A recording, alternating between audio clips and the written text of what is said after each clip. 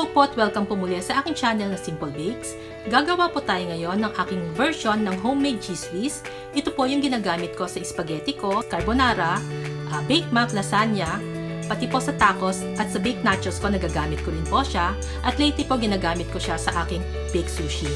Kung interesado po kayo kung paano ko ginawa itong budget-friendly at super tipid na cheese recipe nito, stay lang po kayo at start na po tayo.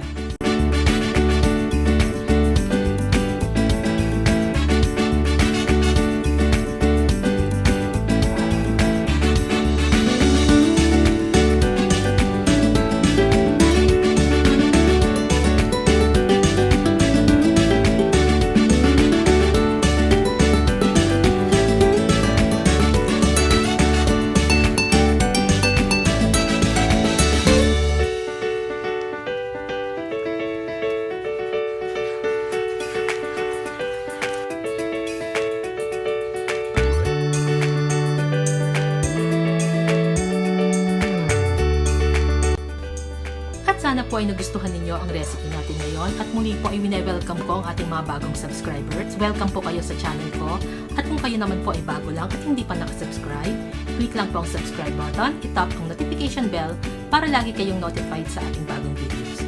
Happy cooking, happy eating, and see you in my next videos. Bye po!